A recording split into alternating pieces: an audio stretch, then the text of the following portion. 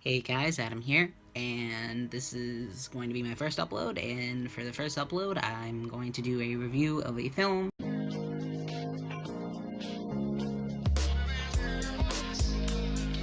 going to try to avoid any spoilers as much as humanly possible. I reviewed it on my Letterboxd, so if you want to check that out, I will put a link in the description below. So, last night I watched a film. It is called The Suckling, or it's also known as Sewer Baby. It's directed and written by Francis Terry. I am not entirely sure if this is a man or a woman. I do not know. Then it stars some people that I've honestly never heard of. The film was shot in 1990, or that's when it was released. So I've never heard of these people. As far as I know, they are not well-known actors. The basic premise of the movie is a young woman, she's a teenager, her boyfriend wants her to get an abortion, so he takes her to a brothel where she's supposed to get this abortion. She goes to get the abortion, and I guess spoiler alert, she gets it, but only after passing out in the office with the woman. And she then decides that she's going to give this girl an abortion because she knows what's best. So I guess the film raises the question of, are you pro-choice or pro-life? And very much in this instance, I am just anti-sewer baby because all hell breaks loose.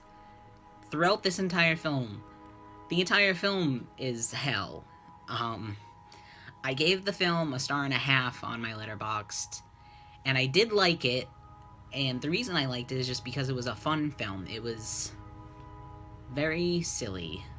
It wasn't serious. At least for me, it wasn't. I know that chances are the film was trying to be a very serious horror film. And, I mean, there's of course the possibility that maybe Frances Terry was a woman, and maybe she had an abortion when she was younger, or something along those lines. Like, that's very possible. So maybe this was some way of trying to get people to be pro-life rather than being pro-choice. But that is not the case for me. I'm just anti-sewer baby. So the practical effects in the film are okay for 1990. I mean, obviously they're not going to be fantastic. And to be honest, the fetus kind of just reminded me of like a mixture of like The Fly and Pumpkinhead and a little bit of like The Thing. It was like, I don't know, that's just what the creature reminded me of for some reason. The acting was, it would go up and down, honestly. It would like, times it would be like, okay, it's all right acting, it's not the greatest thing I've ever seen, and then other times it would just plummet, like completely plummet. So it specifically with a couple of the fight scenes. The fight scenes were just like, okay, all right, thank you, that's enough, literally. And there was so much inner turmoil with like the people rather than like the people and the monster that it was slightly questionable as to like who was the villain. Was it Axel or was it the fetus? Because I still don't know. And the cinematography and the music were both pretty bad. The music was just kind of awkward. Like, some of it just didn't fit, or it came on at the wrong time. And the cinematography was just like, there was this one scene that really stuck out to me that really annoyed me because it was completely unnecessary. Like, you could have shown us in a completely different manner, but they chose to have us running up a flight of stairs with a shaky cam. I don't understand the point. Why did we need that? Like, I get it, they're rushing up the stairs. You did not need to take me along with you for the ride. I did not need that. And, like, there was really no standout characters. There was no one that you latched onto that you particularly liked. There's pretty much only one character that you hated, and that was Axel. And it didn't help because I guess it kind of didn't help compel the story. Like, I don't know, the story just felt like, I mean, the idea is not a bad idea. It's a little weird, like, I won't lie to you, it's a little bit strange, especially for everything that takes place during the film. It's just a little bit strange. But the story mixed with the characters, mixed with everything else, just makes it a mess. Like a complete mess. So it's just...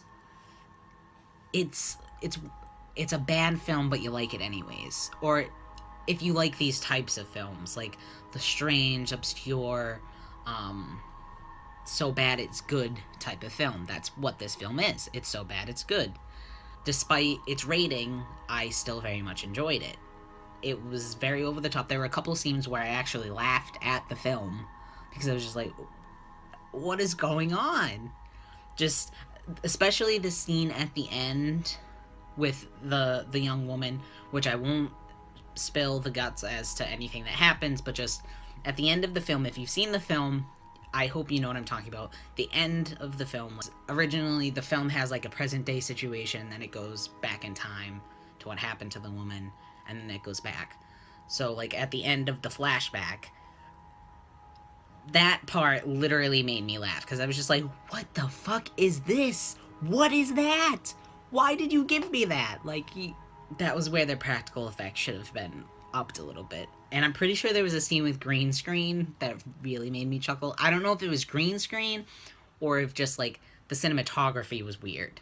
Either way, the guy looked like he was superimposed on this background, and I'm like, what are you doing? So, other than that, the film was so bad it's good. And I'm gonna leave you with my favorite quote of the film, and it's by the character Candy, and she says, "It's a lot easier busting through a condom, isn't it?" Now, I hope you like this review, and I'll see you in the next video. Bye!